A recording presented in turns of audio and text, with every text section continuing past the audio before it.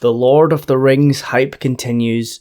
Amazon dropped their brand new teaser trailer last night, and now Variety have announced the release date and first look for the brand new anime film, The Lord of the Rings, The War of the Rohirrim, set for release April the 12th, 2024. And even though we have the first look, it's just concept art, but I will admit, I'm a big fan. The combination of Lord of the Rings and anime sounds very intriguing.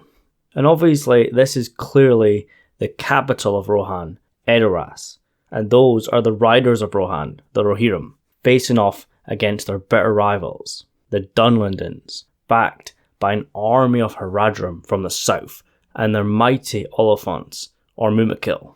The Rohirrim face off against their enemies on the fields outside of Edoras, but also at the gates during a siege. But yeah, this movie was announced last summer, and I made a video on it. And just for the record, this is separate from Amazon's brand new The Rings of Power TV show. This anime film will be released by Warner Brothers, and is officially part of the Peter Jackson film continuity. And the Lord of the Rings screenplay writer and Peter Jackson's close friend and collaborator, Philippa Boyens, will be part of it, alongside Sir Richard Taylor, head of Weta Workshop, and legendary Tolkien illustrator John Howe. So all three of them names are a massive bonus. Like I said, this is straight out of the Peter Jackson universe. One look of this concept art, you know exactly where it's from. But it seems like Peter Jackson doesn't have an active role. He did comment on this on his Facebook page, giving his support, saying he's going to be first in line to see it on the big screen. But I don't think he's got many ties to this. But they might come to him as advisor because it is part of his film universe. And Amazon tried to do something very similar when they started their show. They tried to get in contact with Peter Jackson, but I don't think it led to much. But because many of his film partners are involved, and it's part of his universe, wouldn't be surprised if he becomes an advisor or something along those lines.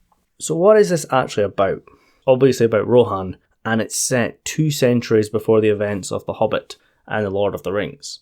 And it will star King Helm Hammerhand, the 9th king of Rohan, and the last king of the first line. The name Helm Hammerhand will sound familiar to you, as obviously the great fortress of Rohan, the Hornburg, is located in the gorge known as Helm's Deep, and his statue still stands guard before the keep. And sometimes, especially with the Peter Jackson movies, the fortress itself goes by the name of Helm's Deep. And supposedly this film will show the creation of Helm's Deep, or the creation of the Hornburg. It was built by Gondorians, when the land that would later be known as Rohan was still part of their kingdom, the land of Cullin-Orphon. And I think the Battle of Helm's Deep during the Two Towers is arguably still the best medieval/fantasy battle ever produced for film or television. For me, Helm's Deep is still king, and 20 years later, nothing stopped it. So I kind of see why they would want to make a film based around Helm Hammerhand, Rohan, and Helm's Deep, as all this stuff is very iconic from the movies. But honestly, if I was in charge, this would not be my first pick.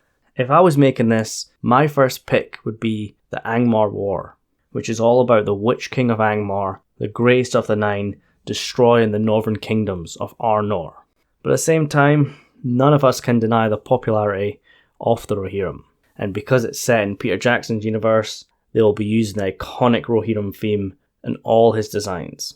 But I will admit, even though I do like anime, and I have watched anime shows and anime films, I don't consider myself an expert when it comes to anime or the animation studios involved.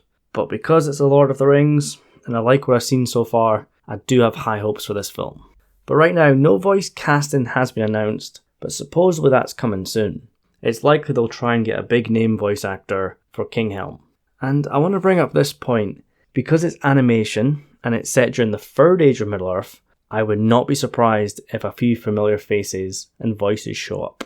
I want to see Sir Ian McKellen return as Gandalf, in a small role, because I feel the war between Rohan and the Dunlendans is something Gandalf would stick his big nose in.